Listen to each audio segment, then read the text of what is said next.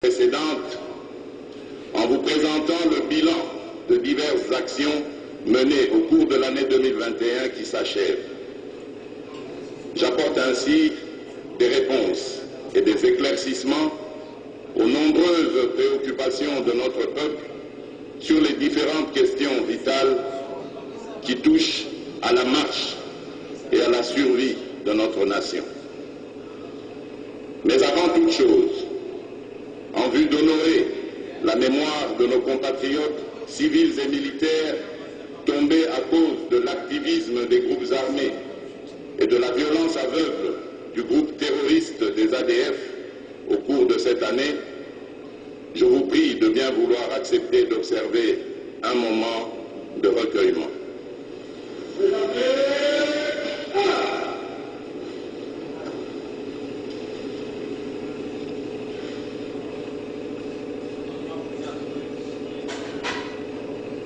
Je vous remercie.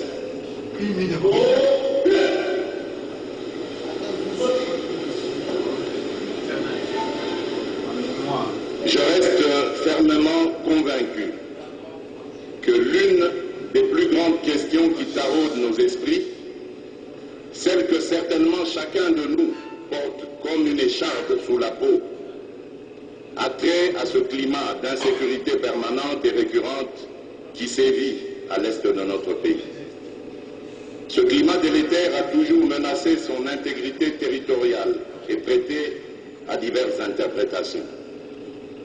Compte tenu des drames indicibles que vivent les populations de nombreuses contrées de cet espace, j'avais donc décrété au mois de mai de cette année, au regard de l'article 85 de notre Constitution, l'état de siège dans les provinces du Nord Kivu et de l'Ituri, en proie à des violences que sèment les forces négatives constituées en groupes armés depuis plus d'un quart de siècle. Le but visé reste celui de mobiliser tous les moyens multiformes dont dispose la République pour définitivement vaincre ce mal qui anéantit tous nos efforts de développement. En ma qualité de garant de l'intégrité territoriale, c'est ici le lieu de renouveler solennellement mon engagement constitutionnel en réaffirmant que je ne ménagerai aucun effort pour restaurer la paix et la sécurité en n'importe quel point et recoin de la République.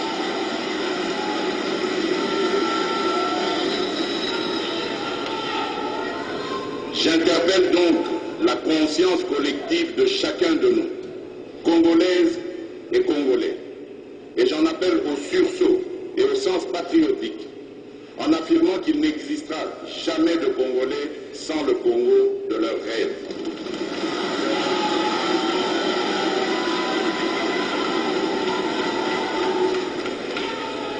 En dépit de nos divergences d'approche, et c'est ma conviction ultime et profonde, l'intégrité de la nation congolaise doit demeurer la préoccupation de tous les Congolais, tel que nous l'avons déjà montré à maintes reprises au fil du temps.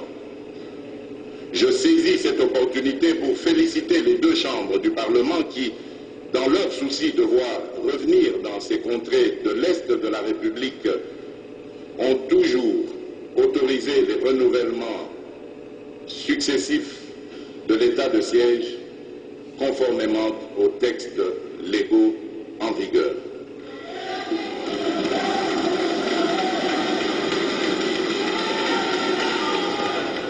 Ce qui a permis à nos forces armées de mener sereinement des actions nécessaires au rétablissement de la paix dans ces deux provinces et de consolider les acquis des opérations. En effet, depuis l'instauration de cet état de siège, j'ai personnellement veillé à ce que nos vaillantes forces armées de défense et de sécurité disposent de tous les moyens nécessaires pour mener à bien les opérations sur le terrain. Je note avec satisfaction que nos forces armées ont progressivement réussi à bouger les lignes et à répondre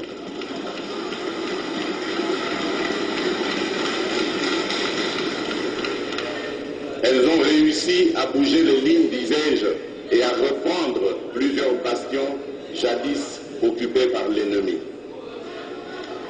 Des chefs de bande ont été neutralisés et plusieurs éléments de ces forces négatives se sont rendus.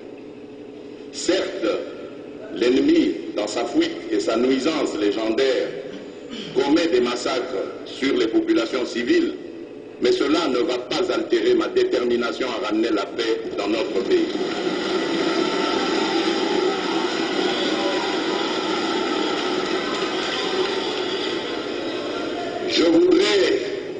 Je voudrais, honorables députés nationaux et sénateurs, fustiger ici cette campagne de dénigrement et de démobilisation menée par une infime minorité de nos compatriotes.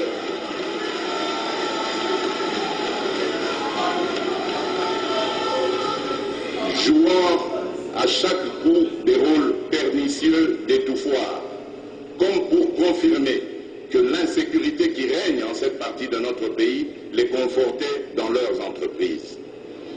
Je les invite à rejoindre le camp de la patrie, car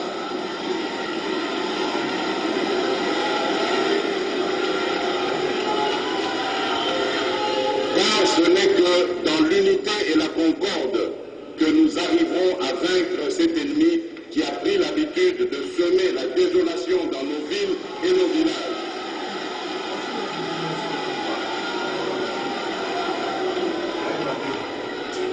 C'est l'occasion pour moi de saluer la montée en puissance de notre armée et la bravoure de nos soldats qui, en dépit de toutes ces tractations démobilisatrices, continuent sous le drapeau à donner le meilleur d'eux-mêmes, et ce, jusqu'au sacrifice suprême, pour la défense de l'intégrité et de la souveraineté de notre pays.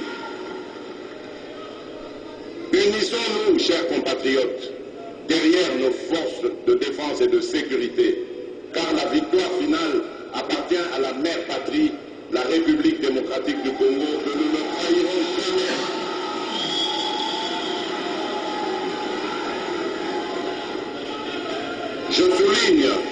Je souligne que dans le but de rétablir la paix sociale dans ces contrées en proie à l'insécurité, j'ai initié la mise en place du programme chargé du désarmement, de la démobilisation, du relèvement communautaire et de la stabilisation, PDDRCS en sigle, pour encourager les compatriotes qui sont dans les groupes armés à déposer les armes et à réintégrer la vie communautaire loin du métier des armes.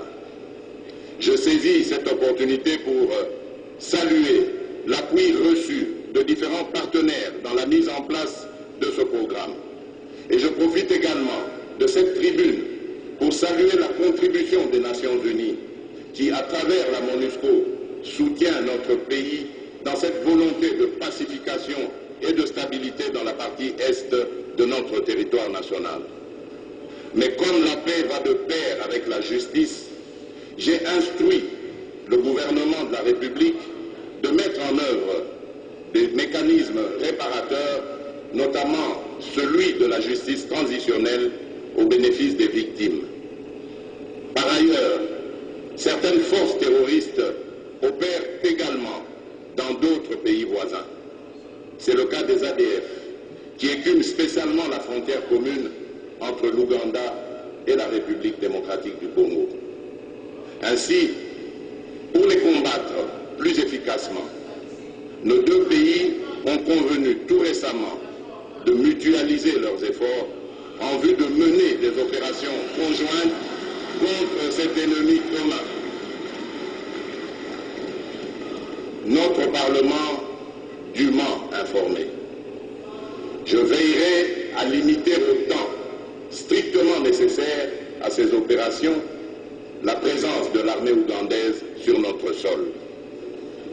Honorables députés et sénateurs, permettez-moi de relever que les grandes villes de notre pays n'ont malheureusement pas été épargnées par des cas d'insécurité commis par des délinquants de tous bords, communément appelés Puluna, et des coupeurs de route qui ont délibérément choisi de troubler la quiétude de paisibles citoyens en les terrorisant, aussi bien à l'arme blanche qu'à l'arme à feu. Une mauvaise culture qui doit absolument être bannie de notre société.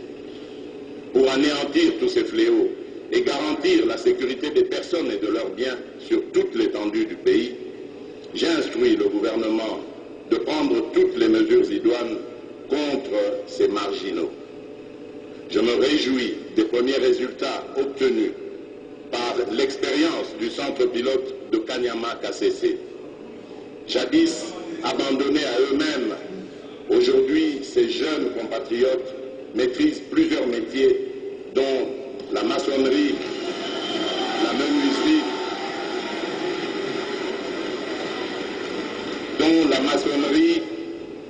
menuiserie, l'agriculture et l'élevage. Je demande au gouvernement d'intensifier ses efforts de réinsertion sociale des jeunes désœuvrés sur l'ensemble du territoire pour leur meilleure contribution au développement du pays. Honorables députés nationaux et sénateurs, à mon accession à la magistrature suprême, j'annonçais que l'état de droit, une justice indépendante, la lutte contre la corruption et l'impunité constituaient le leitmotiv de mon action dans son volet de la gouvernance politique. C'est dans ce sens qu'il faut placer la redynamisation de certaines structures. En effet, j'ai mis un point d'honneur à améliorer l'efficacité de l'Inspection générale des finances, IGF en sigle, dont l'action était, jusqu'à mon arrivée, peu perceptible. De même, la création de l'Agence de prévention et de lutte contre la corruption, APLC en sigle, répondait aussi à cet impératif. Placée sous mon autorité directe, l'Inspection générale des finances contribue efficacement à l'effort d'assainissement des finances publiques et cela à la grande satisfaction de nos populations.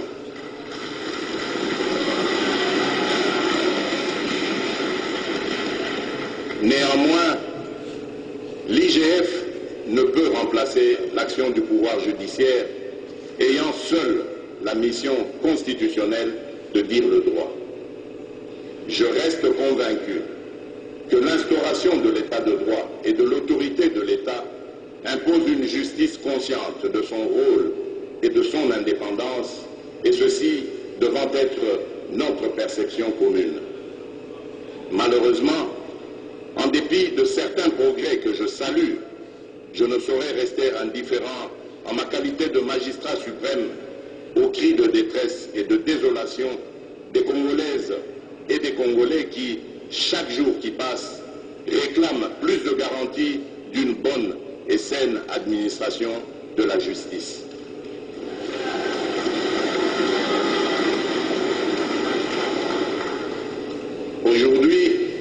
Aujourd'hui encore, sur le banc des accusés, notre justice devait pourtant rassurer tout le monde, nanti ou non, puissant comme faible, en n'ayant pour égard que la protection des droits. Bref, une justice qui non seulement dit le droit, mais rassure que le droit, alors le bon, a été dit.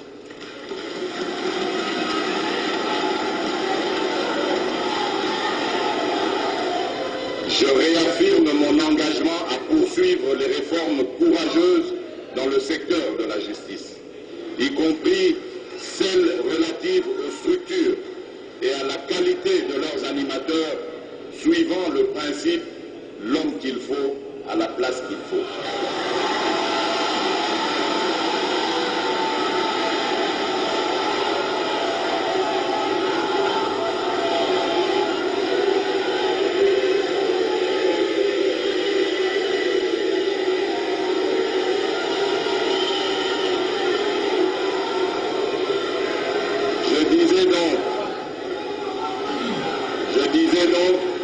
Je réaffirme mon engagement de poursuivre les réformes courageuses dans le secteur de la justice, y compris celles relatives aux structures et à la qualité de leurs animateurs, suivant le principe « l'homme qu'il faut à la place qu'il faut ».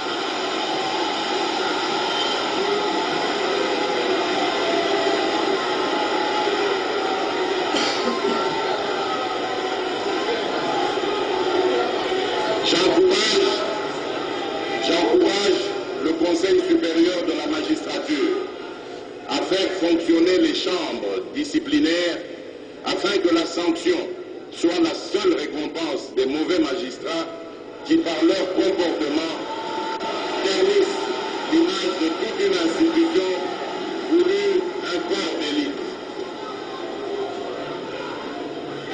Dans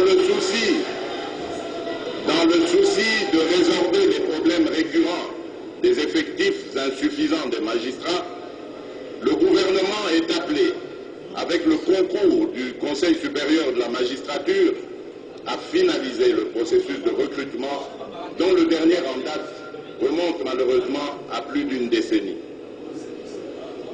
Dans le cas particulier de la Cour constitutionnelle, actuellement très sollicitée dans le cadre de la protection des droits et libertés des citoyens, ce que je salue et encourage, l'expérience a toutefois démontré que lors du traitement des contentieux électoraux, les 9 juges qui la composent sont souvent débordés au regard des contraintes de délai. J'encourage donc le président de cette juridiction à travailler avec le gouvernement afin de mettre en place le corps des conseillers référendaires, un outil technique, légal, qui se révélera déterminant dans le traitement des 10 dossiers et dans la pérennisation de la jurisprudence. C'est dans le même sens que j'entends rendre opérationnels dans les tout prochains jours les différents organes et structures de la Cour des comptes, la plus haute instance de contrôle des finances publiques, afin qu'elle joue pleinement son rôle de patrouilleur financier en chef avec l'appui de l'Inspection générale des finances. J'attends que ces mêmes performances soient au cœur de l'action de l'Agence de prévention et de lutte contre la corruption, de la cellule nationale de renseignement financier, ainsi que d'autres services supérieurs de contrôle, en tant que dispositif de la lutte contre la corruption, le détournement des deniers publics, le blanchiment de capitaux, la fraude et même le financement du terrorisme. Honorables députés nationaux et sénateurs, la mobilisation des investissements dont nous avons besoin pour créer des richesses invite le Parlement à parachever le cadre légal relatif d'une part à l'organisation et au fonctionnement des tribunaux de commerce et d'autre part aux dispositions nationales complémentaires aux droits de l'OHADA. En outre, la rationalisation de la fiscalité demeure la réponse appropriée aux tracasseries souvent dénoncées par les opérateurs économiques. Il faut des réformes innovantes en la matière pour y remédier. Honorables députés nationaux et sénateurs, je voudrais saluer une fois de plus la détermination, la fermeté et la ferveur avec laquelle vous aviez, toutes tendances confondues, accepté de répondre favorablement à mon appel de ralliement dans une union sacrée de la nation.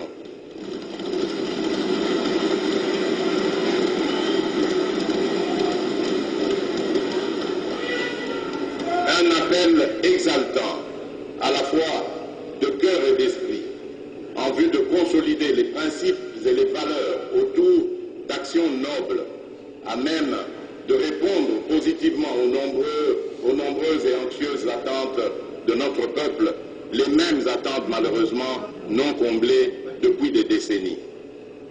Permettez-moi de vous rappeler que cet engouement et ce nouvel élan ont permis de mettre rapidement en place de nouveaux bureaux, tant à l'Assemblée nationale qu'au Sénat, et de former le gouvernement actuel appelé à défendre les intérêts de la population. Ce qui a réellement permis de faciliter les échanges et de jeter de réelles passerelles de collaboration entre les différentes institutions de la République. Je rappelle que ce gouvernement de la République a comme principale mission la restauration de la paix et de la sécurité, la relance de l'économie nationale, l'assainissement de la gestion des finances publiques, la lutte contre la corruption sous toutes ses formes, l'amélioration qualitative des conditions de vie de nos populations, la couverture santé universelle, l'application de la gratuité de l'enseignement comme prescrit dans la Constitution et le renforcement de l'autorité de l'État ainsi que de l'État de droit. Je relève aussi que la mise en œuvre, sous mon impulsion, de ces différents piliers est à la base de l'amélioration progressive et qualitative de la gouvernance politique, économique et sociale qui donne déjà des résultats qu'il sied de soutenir. C'est ici pour moi le lieu de saluer la cohésion perceptible autour de l'union sacrée de la nation, en dépit des petites querelles de clochers que je considère d'ailleurs comme des manifestations éloquentes de l'expression même de la démocratie.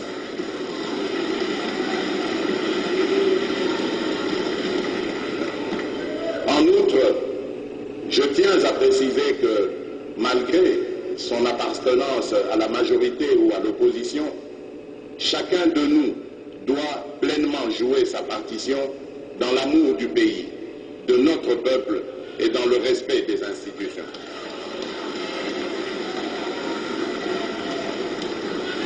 Dans cet esprit, je tiens à exprimer le profond respect que j'éprouve à l'égard de notre peuple pour sa farouche détermination à garder toujours allumée la flamme de l'unité nationale, en dépit de l'adversité et de toutes les épreuves que nous impose cette marche vers la paix, la démocratie, l'unité, la cohésion, l'état de droit et le peuple social, et le progrès social, pardon.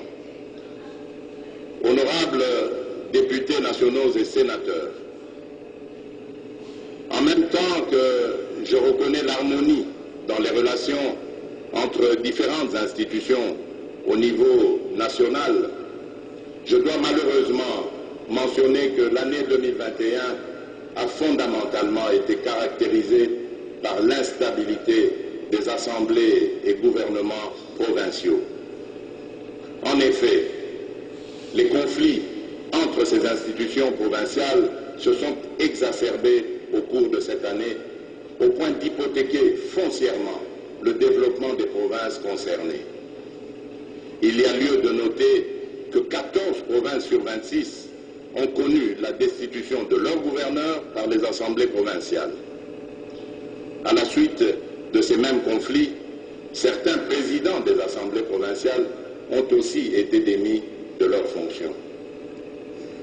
Il est extrêmement important pour chacun de ces acteurs provinciaux de prendre réellement conscience qu'aucun développement ne peut se faire dans pareil contexte de crise. La prochaine session de la conférence des gouverneurs sera l'occasion de réfléchir autour des pistes de solution à cet épineux problème. Par ailleurs, je vous exhorte vivement à envisager l'amendement de certains textes légaux se rapportant à la gestion des institutions provinciales.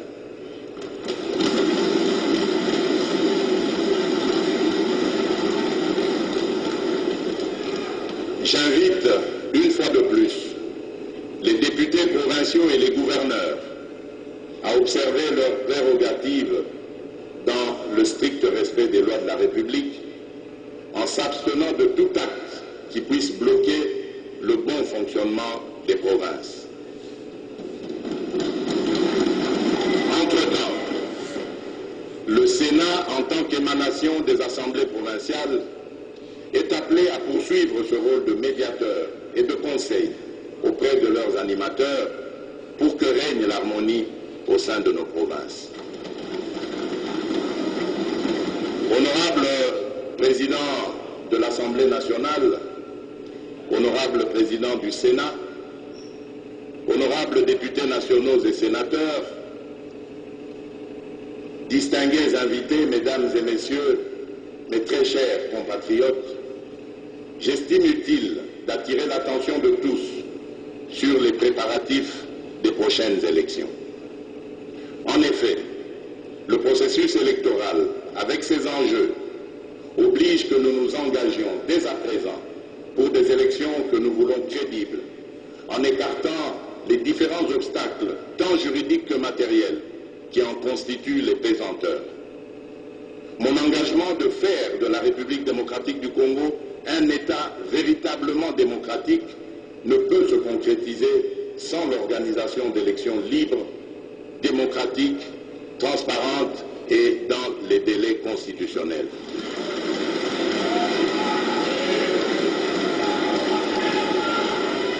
Je lance donc un appel solennel à tout notre peuple pour accompagner démocratiquement la Commission électorale nationale indépendante et pour s'impliquer activement dans le processus électoral. Je rappelle que celui-ci a déjà commencé avec la désignation de ces nouveaux animateurs après consultation des confessions religieuses et validation par l'Assemblée nationale.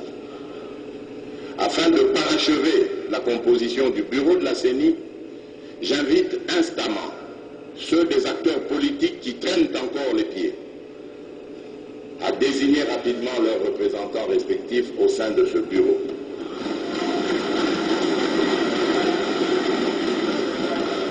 J'invite en même temps le gouvernement à mobiliser et à disponibiliser les moyens financiers conséquents pour permettre à la CENI de respecter les délais d'organisation de ces élections afin qu'elles se tiennent effectivement en 2023. Pour ce faire, il est également important que le Parlement procède diligemment au vote des lois encore en souffrance pour un aboutissement heureux du prochain cycle électoral. Honorables députés nationaux et sénateurs, comme je l'ai évoqué au début de mon adresse, notre pays a toujours souffert de crises sanitaires survenues au cours de cette année. En effet, la pandémie de Covid-19 n'a pas épargné la République démocratique du Congo. Même si notre pays affiche à ce jour un taux de mortalité relativement faible, je vous exhorte à continuer d'observer strictement les mesures barrières, car l'apparition successive de nouveaux variants montre que nous n'en avons pas encore fini avec cette pandémie. J'en appelle ainsi à la vigilance de nos services aux frontières, d'appliquer rigoureusement les mesures édictées à cet effet. Dans l'état actuel des connaissances, le vaccin demeure le moyen le plus efficace d'éviter les formes graves de la maladie. En effet, les données collectées à ce jour montrent sans aucun doute que les gains en termes de protection des personnes vaccinées contre les formes graves de la maladie supplantent les effets indésirables et souvent passagers attribuables au vaccin. Je recommande vivement à la population de se faire vacciner pour se protéger. En plus de la pandémie de Covid-19 et de l'épidémie de la maladie à virus Ebola, notre pays a été fortement éprouvé par d'autres urgences sanitaires. C'est notamment le cas de l'épidémie de méningite dans la province de la Chopo et de celle de monkeypox déclarée récemment au Maniema. Nos équipes sont à pied d'œuvre pour y mettre fin dans le cadre d'une riposte appropriée.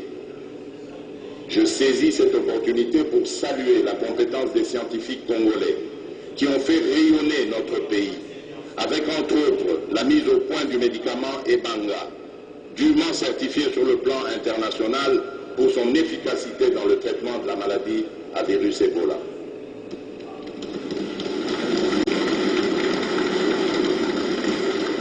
Honorables députés nationaux et sénateurs, toutes les urgences et catastrophes sanitaires que nous avons connues cette année, et même bien avant, nous ont appris une grande leçon, celle de savoir que pour mieux prévenir et riposter, il nous faut absolument construire un système de santé plus solide et plus résilient bénéfice de tous les Congolais. C'est la raison pour laquelle j'ai fait de la couverture santé universelle une cause nationale en République démocratique du Congo. Dans les prochains jours, le gouvernement mettra tout en œuvre pour rendre effective cette vision, par ailleurs fortement souhaitée par notre peuple. À cet effet, je vous rappelle que nous disposons d'ores et déjà d'une stratégie nationale en la matière, d'un cadre de pilotage et de coordination, ainsi que de tous les instruments de facilitation pour son déploiement sur l'ensemble du territoire national. En outre, le gouvernement s'apprête à verser au Fonds de solidarité de santé la contribution pour la prise en charge des indigents, ainsi que de la part patronale de la contribution des agents de carrière des services publics de l'État. Il est temps que la pauvreté et le manque de ressources financières ne constituent plus de barrières à l'accès aux services et aux soins de santé de qualité. Honorables députés nationaux et sénateurs, cette année, notre pays a eu le privilège d'assumer la présidence tournante de l'Union africaine. Dans mon discours d'acceptation, j'avais annoncé mon intention de mettre l'Union africaine au service des peuples africains. Cette formulation m'avait paru conforme au thème général retenu pour l'exercice 2021, à savoir art, culture et patrimoine, levier pour construire l'Afrique que nous voulons. Les arts et la culture sont en effet l'expression de la créativité de nos peuples. Au moment où ce mandat tend vers sa fin, je peux dire ma fierté d'avoir contribué à mettre l'Union africaine au service des peuples. J'ai mis au centre de mon action les questions liées à l'albinisme, à l'égalité des sexes, les violations faites aux femmes et aux filles, la lutte contre le changement climatique et la protection des communautés locales et peuples autochtones. C'est dans ce cadre qu'il faut situer la mobilisation des pays africains autour du prochain colloque international sur la reconstitution des biens culturels et la renaissance africaine. La tenue de la conférence de Kinshasa sur l'égalité des sexes en Afrique et l'adoption de la déclaration de Kinshasa sur l'égalité des sexes. La conférence de Kinshasa sur la masculinité positive et l'adoption de la déclaration de l'Union africaine pour mettre fin aux violences faites aux femmes et aux filles. Et enfin, l'organisation du colloque panafricain de Kinshasa sous le thème « Solidarité africaine pour une Afrique en faveur des personnes atteintes d'albinisme ». Au cours de cette année 2021, j'ai également porté la voix de l'Afrique au niveau international, surtout dans le contexte de Covid-19, pour réclamer au profit du continent les meilleures conditions de lutte contre la pandémie et la relance de nos économies nationales. À cet effet, lors du sommet de Paris sur le financement des économies africaines en mai 2021, j'ai plaidé pour plus de moyens financiers en faveur de l'Afrique et pour la poursuite et le renforcement des mécanismes mis en place pour soulager les pays africains tombés dans des situations de surendettement à cause des effets de la pandémie. Au sommet du G20 à Rome, au nom de l'Afrique, j'ai appelé les pays participants à concrétiser leurs engagements en faveur de la préservation des forêts du bassin du Congo à travers des financements conséquents. Dans le domaine sanitaire, j'ai soutenu la campagne en faveur de l'opérationnalisation de l'Agence africaine de médicaments et, dans le cadre de la lutte contre la Covid, j'ai porté l'ambition de l'Afrique à produire les vaccins sur le continent. Par ailleurs, j'ai réclamé, dans le cadre de la réforme du Conseil de sécurité des Nations Unies, 4 sièges pour l'Afrique, dont 2 non permanents et 2 autres membres permanents. Toujours sur le plan continental, j'ai été à l'avant-plan de nombreuses initiatives de préservation de la paix. Plus particulièrement, j'avais, dès le début de mon mandat, pris à bras le corps la problématique du différend qui oppose depuis plusieurs années l'Éthiopie, l'Égypte et le Soudan autour du problème du grand barrage éthiopien de la Renaissance. Ces efforts ont permis de créer une dynamique de dialogue permanent. La tenue à Kinshasa en avril 2021 de la première conférence ministérielle sur ce conflit a été un moment clé de cette dynamique. La présidence de l'Union africaine était l'occasion pour la République démocratique du Congo de retrouver sa place dans les instances internationales.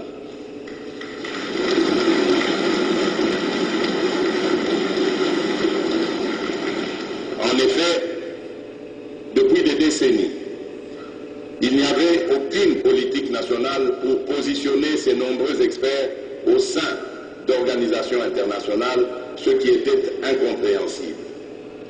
J'ai donc décidé de changer cet état de fait et je suis heureux qu'au cours de cette année, un compatriote a été élu président de la Commission africaine des droits de l'homme et des peuples et un autre membre de la Commission du droit international des Nations Unies. De plus, une Congolaise a été nommée au poste de directrice des ressources humaines de la Commission de l'Union africaine.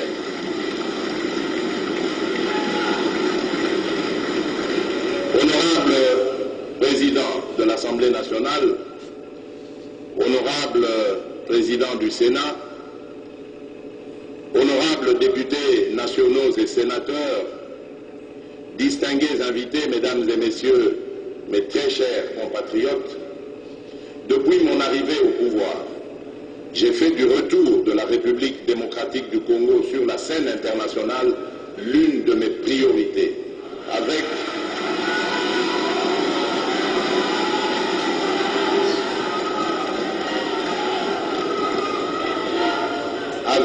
un objectif clair, celui d'ouvrir notre pays au monde et de briser son isolement diplomatique.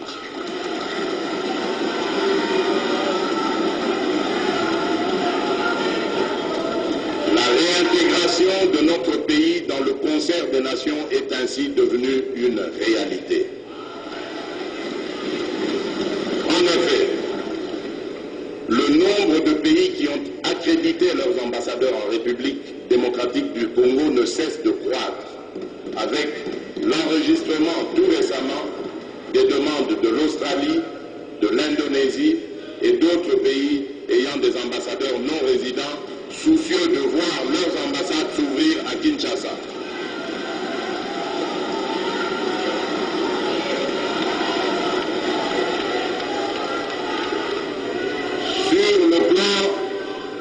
Sur le plan régional, nos énergies ont été déployées pour maintenir une politique de bon voisinage avec nos 9 voisins. Ainsi, nous avons intensifié les contacts sur le plan bilatéral avec notamment le Burundi, l'Ouganda et le Rwanda. Pour redynamiser les relations avec nos partenaires, d'une part, j'ai nommé de nouveaux ambassadeurs en Belgique, en France, en Chine et en Côte d'Ivoire. Et d'autre part, j'ai désigné nos représentants permanents auprès des Nations Unies, à New York et à Genève. Enfin, j'ai demandé au gouvernement de veiller à la mise en place des réformes au sein de l'appareil diplomatique national et d'entamer le processus de la prise en charge adéquate de nos diplomates et de leurs familles à l'extérieur du pays.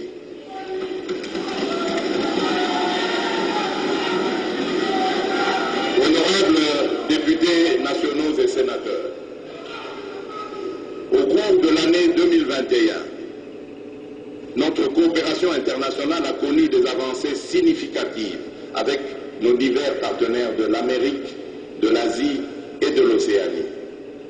Les retombées de la redynamisation de notre diplomatie ne sont plus à démontrer, comme en témoignent plusieurs projets, accords et mémorandats d'entente que notre pays vient de conclure. Honorables députés nationaux et sénateurs, du 31 octobre au 12 novembre 2021, s'est tenue à Glasgow la 26e conférence sur les changements climatiques, la COP26. À cette occasion, j'ai hautement porté l'ambition de la République démocratique du Congo à assumer son leadership naturel comme pays solution face aux défis climatiques actuels.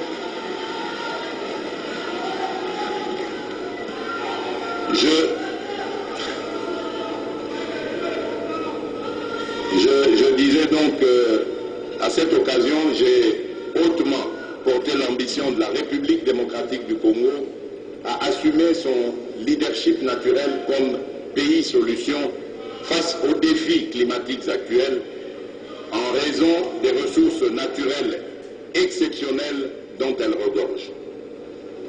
J'ai eu à rappeler qu'avec environ 52% des ressources en eau douce représentant 10% de celles du monde, en plus de ses forêts et de sa biodiversité, notre pays s'est résolument inscrit au cours de ses assises dans une perspective de matérialisation effective de son agenda.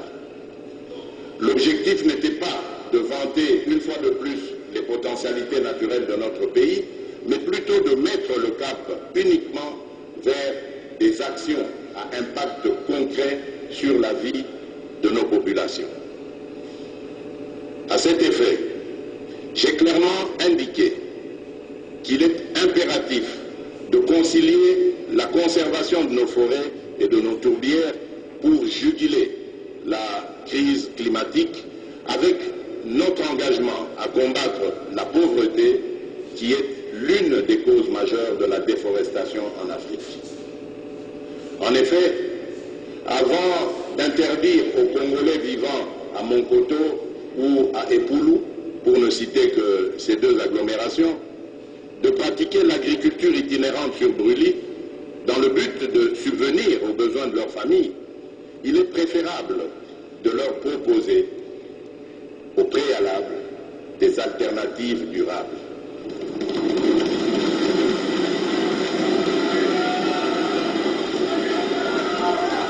Pour y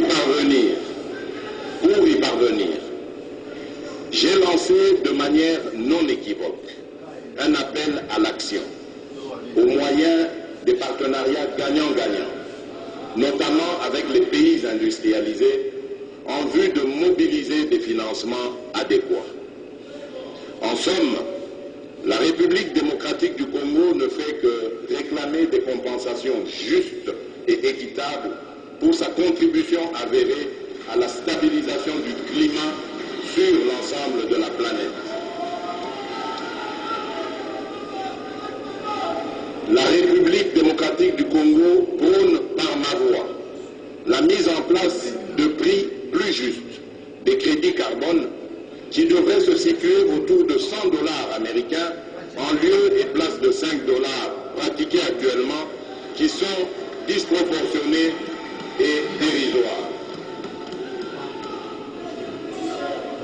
J'ai également parlé des forêts du bassin du Congo, dont la République démocratique du Congo détient plus de 60% et qui représente actuellement le premier poumon de la planète.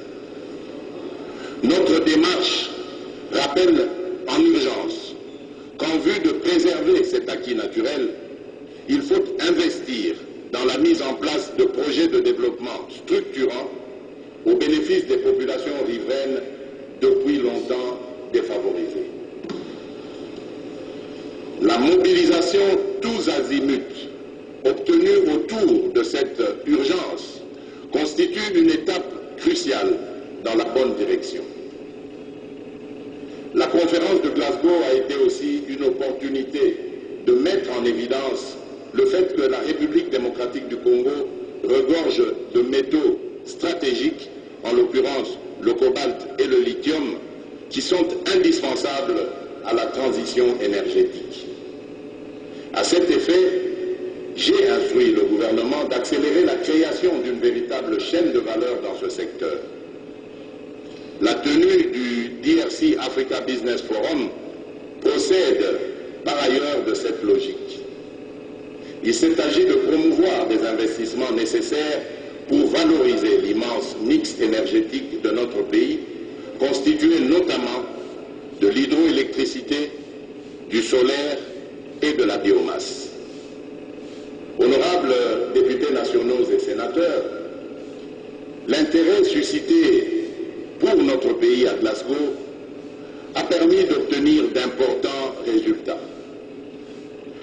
D'abord, il y a la signature de la déclaration politique relative au second partenariat RDC, Initiative pour les forêts de l'Afrique centrale, CAFI en sigle, pour un montant de 500 millions de dollars. Ensuite, il y a l'appui financier de 1,5 milliard de dollars de forêts et tourbières du bassin du Congo, activables à partir de 2022.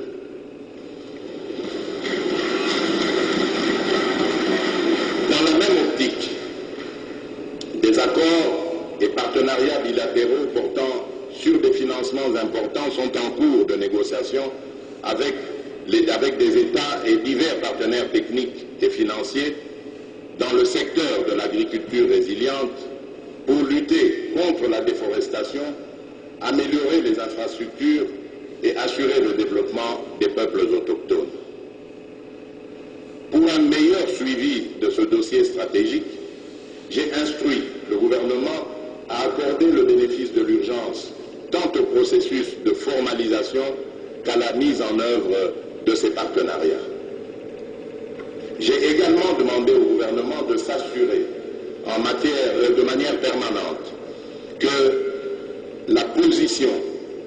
le positionnement de la République démocratique du Congo comme pays solution à la crise climatique soit maintenu et consolidé, aussi bien dans le cadre du suivi des recommandations de la COP26 que dans celui des préparatifs de la COP27 prévue en Égypte l'année prochaine.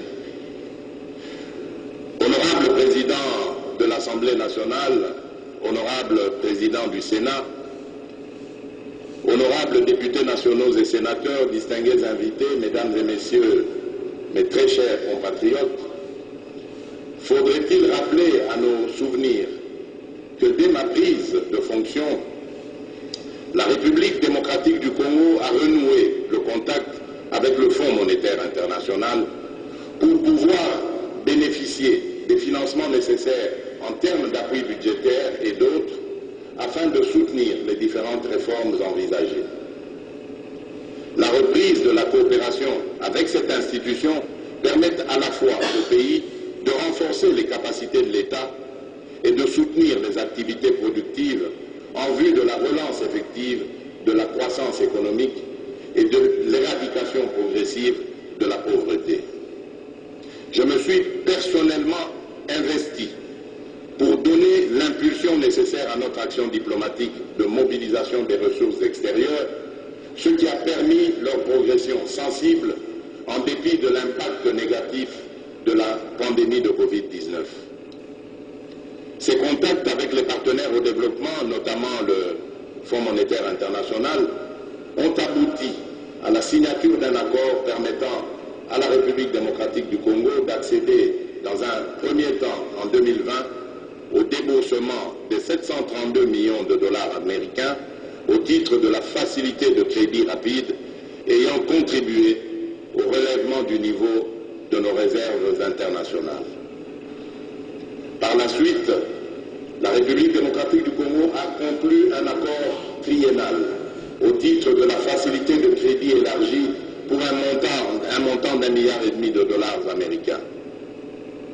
Ces appuis, honorables députés nationaux et sénateurs, ont permis à notre pays de soutenir son programme de réforme à moyen terme qui vise notamment le maintien de la stabilité macroéconomique, l'accroissement de la marge de manœuvre budgétaire, ainsi que la promotion d'une croissance économique durable.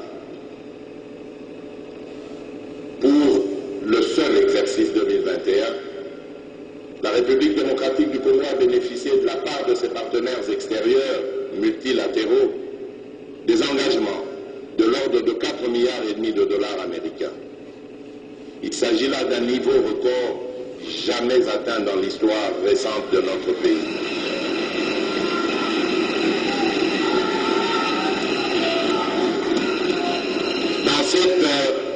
Dans cette même dynamique, je me suis rendu au cours de cette année successivement dans plusieurs pays du Moyen-Orient, du Proche-Orient ainsi qu'en Asie mineure, avec la ferme volonté de permettre au peuple congolais d'en retirer de substantiels dividendes dans les meilleurs délais.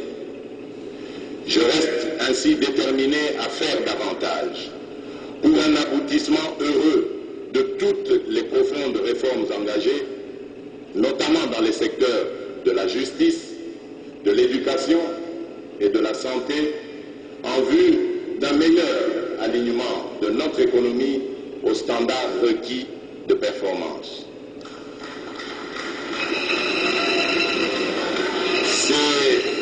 Ces différentes réalisations sont les résultats tangibles de notre intense action diplomatique. Il va sans dire que cette mobilisation des ressources extérieures devra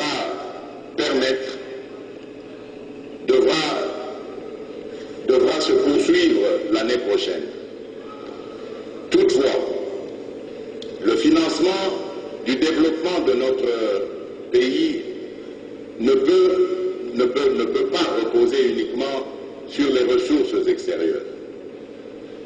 Aussi, ai-je instruit le gouvernement de réengager le pays vers d'autres réformes, devant contribuer sensiblement à l'amélioration de la mobilisation des recettes et à l'élargissement de l'assiette fiscale. Déjà, en 2021, la stricte observance de la discipline budgétaire nous a permis, pour la première fois de l'histoire de notre pays, d'atteindre et même de dépasser les assignations budgétaires.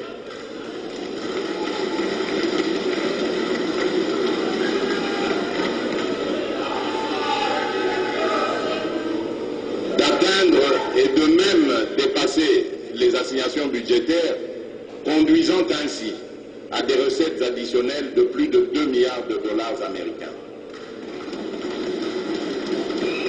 Cette performance doit nous motiver pour continuer à mobiliser davantage nos recettes internes. De même, une meilleure gouvernance du secteur extractif devrait permettre à l'État de mobiliser davantage de ressources pour financer ces chantiers prioritaires tels que la gratuité de l'enseignement primaire et la couverture santé universelle. En ce qui concerne l'année 2022, la croissance du produit intérieur brut, qui a été évaluée à 5,6% dans le projet de loi des finances soumis à l'examen du Parlement, pourrait plutôt s'établir à 6,4% suivant les dernières estimations du Fonds monétaire international. Les principales sources de cette croissance sont dues aux performances attendues dans les secteurs des industries extractives, du transport, de la communication ainsi que dans celui du commerce. Honorables députés et sénateurs, je suis conscient que la situation sociale de nos compatriotes n'est pas reluisante. Beaucoup de ménages peinent à nouer les deux bouts du mois et n'ont pas accès aux services sociaux de base tels que l'eau, l'électricité, les soins de santé, les transports.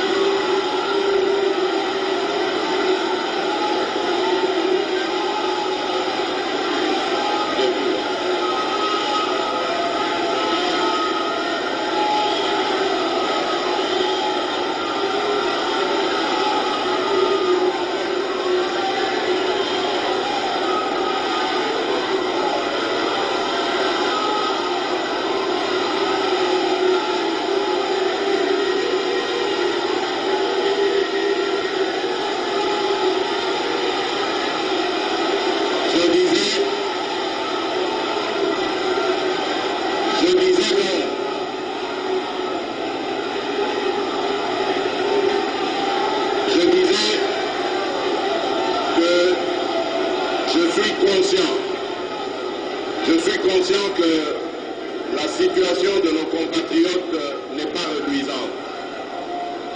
Beaucoup de ménages peinent à nouer les deux bouts du mois et n'ont pas accès aux services sociaux de base tels que l'eau, l'électricité, les soins de santé et les transports. Certes, au cours de l'année 2021, le gouvernement a pris un train de mesures en faveur de la population, mais celle-ci reste insuffisante. Je demande donc au gouvernement d'accélérer la mise en œuvre de projets à impact rapide et visible. En effet, dans les secteurs de l'eau et de l'électricité, ainsi que de la santé, pour ne citer que cela, la plupart des projets en cours souffrent d'un manque de coordination et d'une faiblesse de pilotage.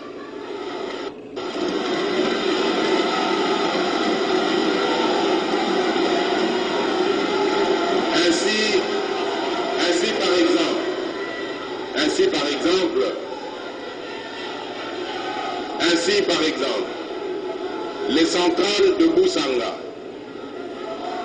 Les centrales de Boussanga de 240 MW dans le Lualaba et de Mwandingusha de 32 MW dans le Haut-Katanga sont complètement achevées, mais toujours pas en activité.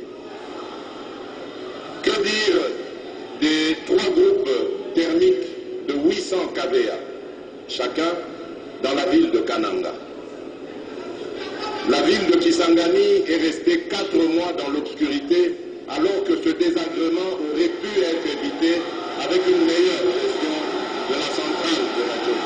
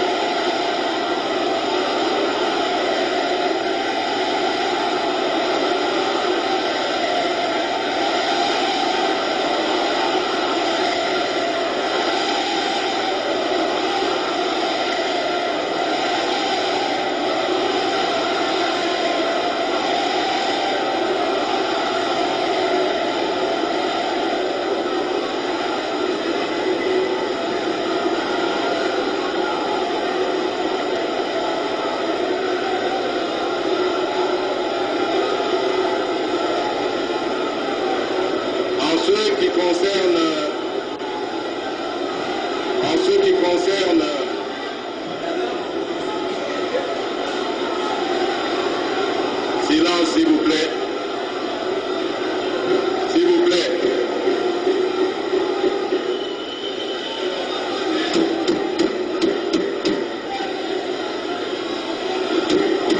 S'il vous plaît.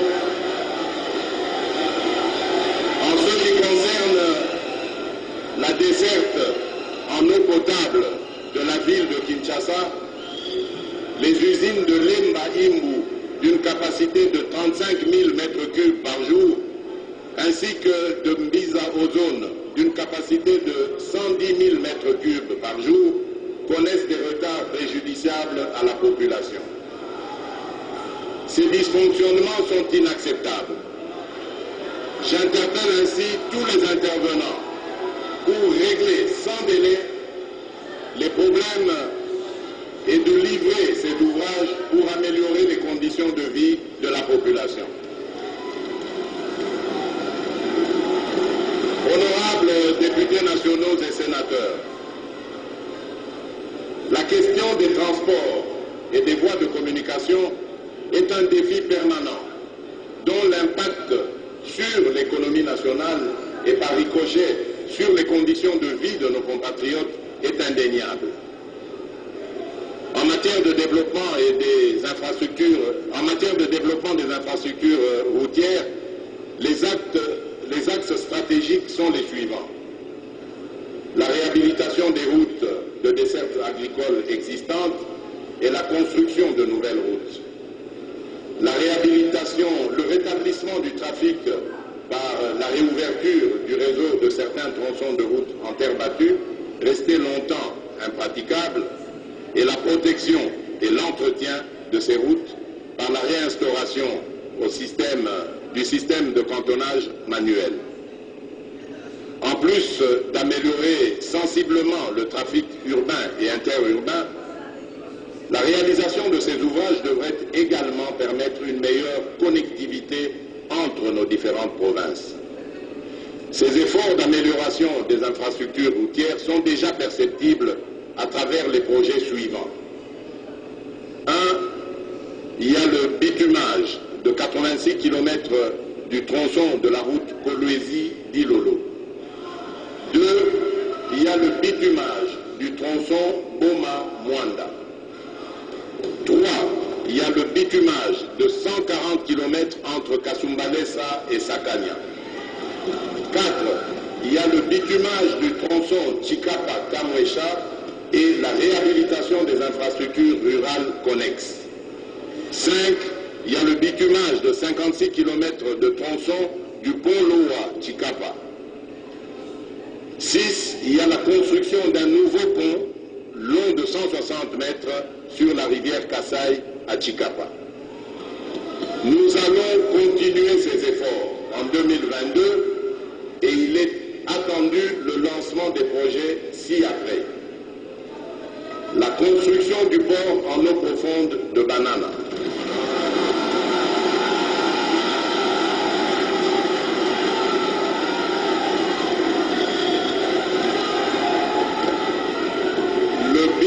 Le bitumage de la route Kasomeno en République démocratique du Congo, Mwenda en Zambie, longue de 270 km. Le bitumage de 30 km de voirie dans la ville de Bukavu et celui de 100 km du tronçon Bukavu-Goma. Le bitumage de 748 km du tronçon Beni, Komanda, Nyanya, Kisangani. La réhabilitation de 80 km du tronçon Kasindi-Beni. La réhabilitation de 54 km du tronçon Beni-Butembo. La réhabilitation de 89 km du tronçon Bunagana-Rutshuru-Goma. La mise en service du bac pour la traversée entre Zongo et Bangui en République centrafricaine. Et enfin, le bitumage de la route Kalambambouji-Kananga-Mbujimai.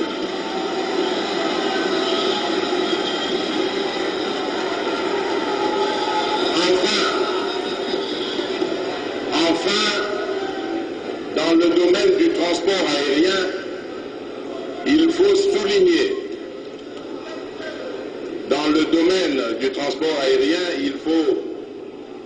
souligner, la modernisation de la tour de contrôle de l'aéroport international de Goma, la modernisation des aéroports internationaux de Lubumbashi, de Kisangani et de Kolwezi, de même que la réhabilitation et le renforcement et l'extension des pistes et parkings dans plusieurs autres aéroports nationaux sont prévus, notamment celui de Ndolo. Honorables députés nationaux et sénateurs, nous disons souvent que Kinshasa n'est pas la République démocratique du Congo et nous avons raison. Il est temps de traduire cette affirmation en actes concrets en adoptant l'approche qui postule que tout développement devrait partir de la base vers le sommet. C'est d'ailleurs le sens même du système politique prévu dans la Constitution de 2006 qui prévoit un État unitaire fortement décentralisé. Dans ce système, le territoire est l'espace géographique qui permet la jonction entre le pouvoir central et les provinces. L'objectif étant d'améliorer les conditions de vie des populations rurales et d'accélérer le développement de notre pays. Voilà pourquoi il sera lancé en 2022 un ambitieux programme de développement du pays par la base, à travers ses 145 territoires. Les prémices de ce vaste programme ont été déjà posées par le Premier ministre cette année. Les priorités retenues dans ce programme sont le désenclavement des territoires pour la réhabilitation, de près de 9000 kilomètres et l'entretien de 30 000 kilomètres de routes de dessertes agricoles. L'amélioration de l'accès des communautés rurales à l'électricité, notamment par la construction de mini-centrales photovoltaïques. L'amélioration de l'accès à l'eau potable par la construction de forages et l'aménagement de sources. La construction d'infrastructures économiques rurales, notamment par l'équipement de 748 centres de santé, plus de 1200 écoles, ainsi que l'aménagement de marchés modernes. Et enfin, la restauration de l'autorité de l'État en commençant par la construction de bâtiments administratifs dans tous les 145 territoires. Honorable Président de l'Assemblée nationale, honorable Président du Sénat, honorables députés nationaux et sénateurs, distingués invités, mesdames et messieurs, mes très chers compatriotes, vous venez de suivre là les réponses aux divers points saillants autour de plusieurs questions essentielles qui touchent à la survie et à l'organisation de notre nation en ce que celle-ci a de plus profond et de plus légitime. Le parcours de l'année 2021 avec ses différents faits relevés et les défis qu'ils impliquent, loin de nous affaiblir et de nous diviser, ont l'avantage de nous rappeler que nous avons un destin collectif à assumer pour l'épanouissement de la nation. Nos préoccupations demeurent fondamentalement celles d'apporter des réponses aux problèmes permanents liés au vécu quotidien de notre peuple en vue de consolider le contrat social qui le lie à nous, ses représentants, appelés à défendre ses intérêts et à réaliser son bonheur. L'organisation de la cité telle que nous la préconisons doit assurer et garantir l'unité et l'intégrité du territoire national, instaurer la paix et assurer la sécurité des personnes et de leurs biens sur toute l'étendue de la République.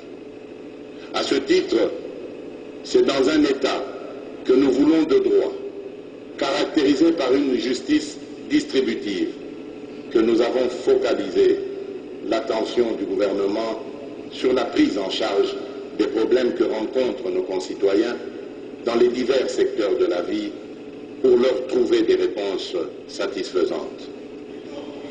Ce travail de longue haleine nous contraint à revisiter toutes les structures sociales désuètes et à repenser comment notre pays peut rationnellement mettre du vin nouveau dans des outres neuves pour que le meilleur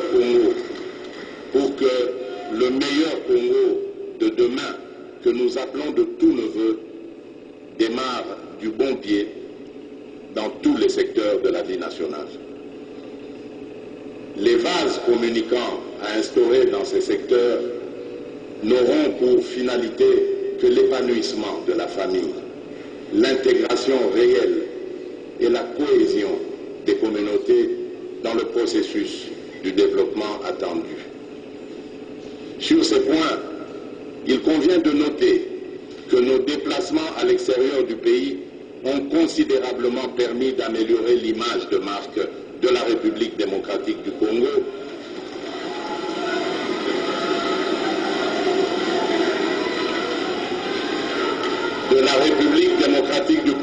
s'est ainsi ouverte au monde comme un lotus.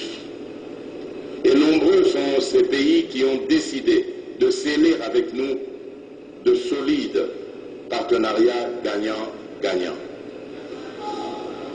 Ouverte sur l'extérieur et en interne, avec toutes ces provinces interconnectées, la République démocratique du Congo, qui a aujourd'hui le vent en poupe, peut relever pour demain plusieurs défis de sa reconstruction.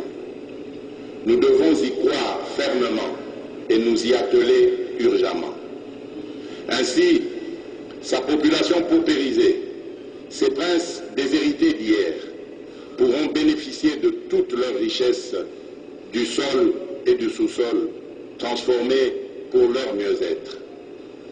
Tout en reconnaissant la vitalité de notre jeune démocratie et nos divergences, j'en appelle à notre conscience collective, dans la mesure où ce qui nous unit, c'est-à-dire la République démocratique du Congo, est plus important que l'égoïsme de chacun et les dangereux clivages.